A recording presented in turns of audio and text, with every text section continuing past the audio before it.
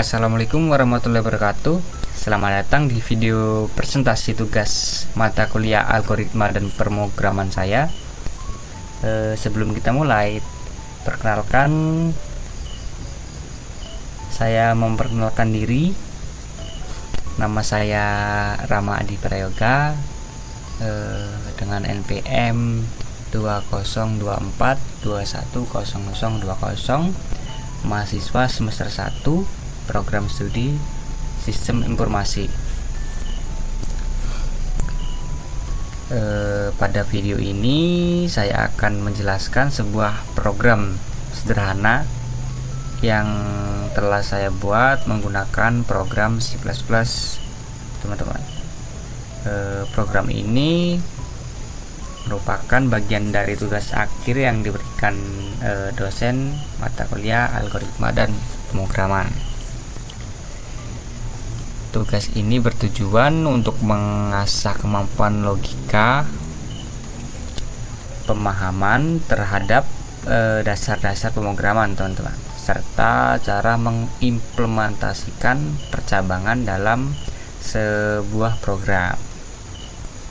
Jadi saya berharap presentasi ini tuh dapat memberikan pemahaman yang baik kepada teman-teman sekalian tentang bagaimana program ini bekerja, langkah-langkah pembuatannya, dan tentunya fungsi dari setiap bagian kodenya, teman-teman. Sebelum kita mulai menjelaskan programnya, kita bahas sedikit dulu ya tentang pentingnya logika percabangan dalam pemrograman. Jadi percabangan itu adalah salah satu konsep dasar ya, yang sangat penting karena memungkinkan sebuah program untuk mengambil keputusan berdasarkan kondisi tertentu, teman-teman. Sebagai seorang programmer itu memahami konsep ini itu adalah kunci untuk membuat program yang dinamis dan interaktif. Oke, baiklah, tanpa nunggu lama-lama lagi, mari kita langsung ke penjelasan program saya.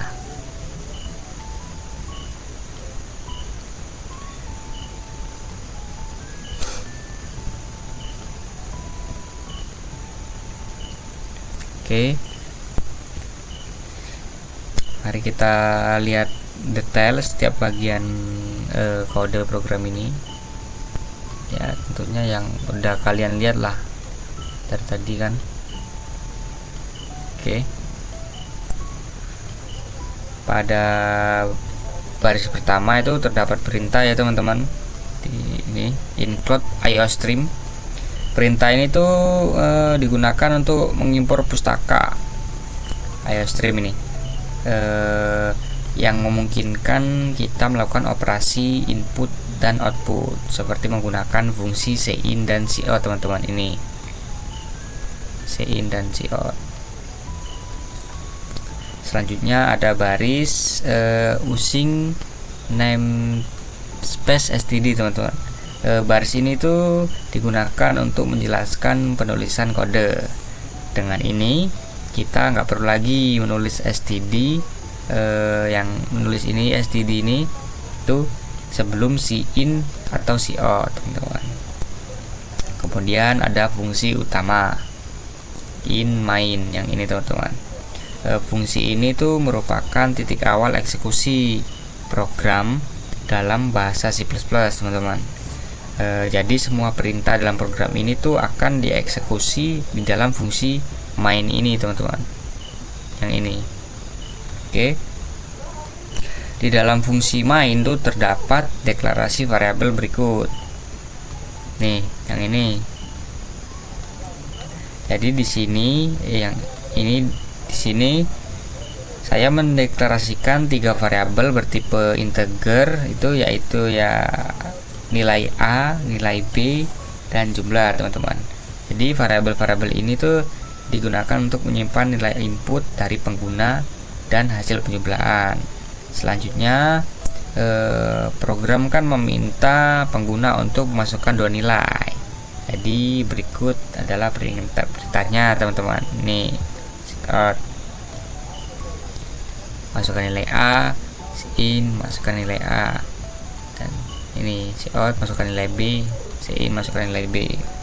Jadi kalau fungsi cout ini teman-teman itu digunakan untuk menampilkan teks ke layar, sedangkan in nya ini itu digunakan untuk menerima input dari pengguna.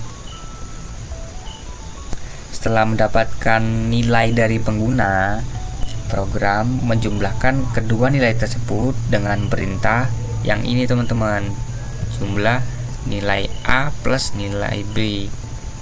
Hasil penjumlahan itu kemudian disimpan ke dalam variabel jumlah teman-teman.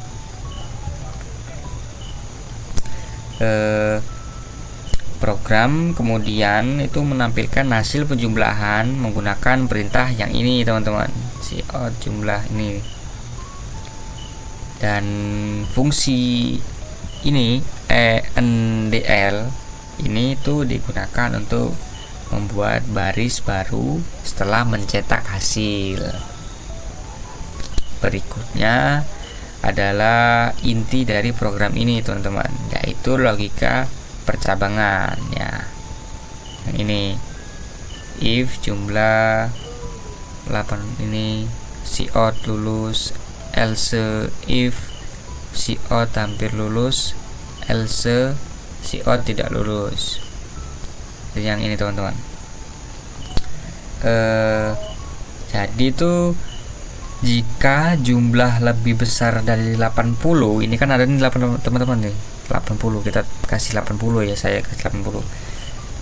Jika jumlah lebih besar dari 80, maka program akan menampilkan lulus teman-teman. Nih. Terus jika jumlah lebih besar dari 70 tetapi tidak lebih dari 80, itu program nanti akan menampilkan hasil ini teman-teman, hampir lulus. Ini yang ini.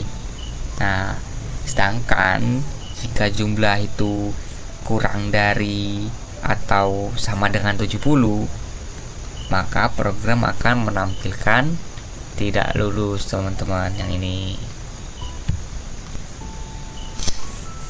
Nah, program ini mari kita jalankan dulu teman-teman. Oke. Misalkan sekarang saya akan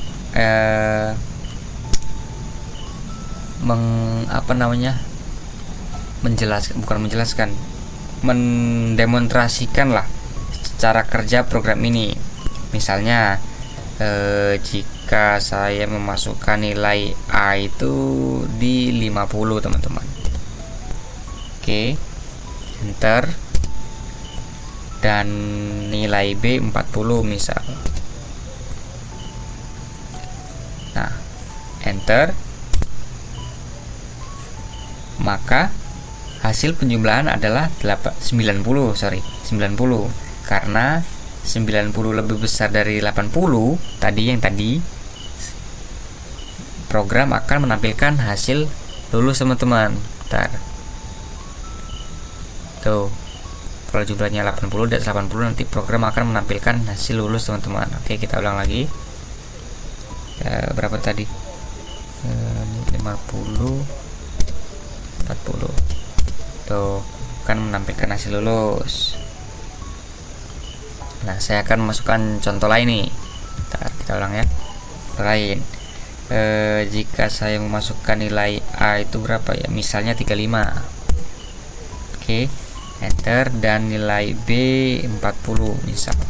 Contoh ya.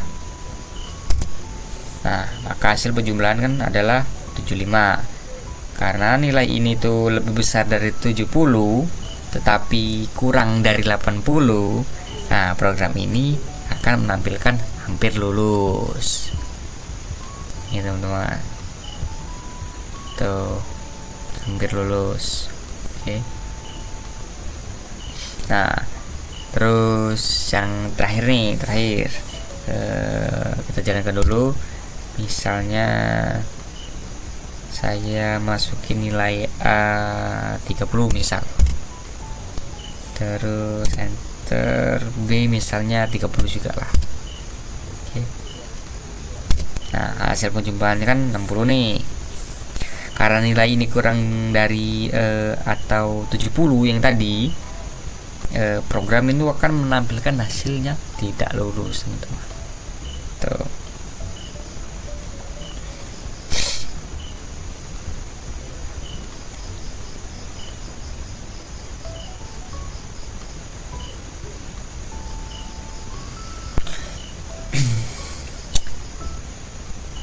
Jadi demikian presentasi program sederhana yang telah saya buat. Program ini tuh adalah contoh bagaimana logika percabangan dapat diterapkan untuk membuat program itu yang mampu memberikan output berdasarkan kondisi tertentu, teman-teman. Ya, walaupun program ini masih sederhana, konsep yang digunakan adalah fondasi yang sangat penting lah dalam dunia pemrograman. Jadi saya ingin mengucapkan terima kasih kepada dosen dan rekan-rekan yang telah mendukung saya selama proses belajar ini. Ya, tugas ini memberikan saya pengalaman baru lah, terutama dalam memahami bagaimana logika bekerja di dalam program komputer. Saya juga belajar bagaimana memecahkan masalah secara sistematis dan menuliskan solusi dalam bentuk kode, teman-teman. Jika ada masukan, saran atau pertanyaan terkait program ini, ya saya sangat terbuka lah untuk diskusi. Jadi teman-teman bisa ninggalin komentar atau hubungi saya secara langsung lah. Jadi ya, terima kasih telah menyaksikan video ini dari awal hingga akhir. Jangan lupa untuk terus belajar dan mengembangkan kemampuan di bidang pemrograman, karena teknologi terus berkembang sih, dan keterampilan ini dapat menjadi yang sangat bermanfaat lah nanti di masa depan. Akhir kata ya, saya ucapkan terima kasih banyak dan sampai jumpa di kesempatan berikutnya. Tetap semangat belajar dan sukses untuk kita semua. Saya akhiri. Wassalamualaikum warahmatullahi wabarakatuh.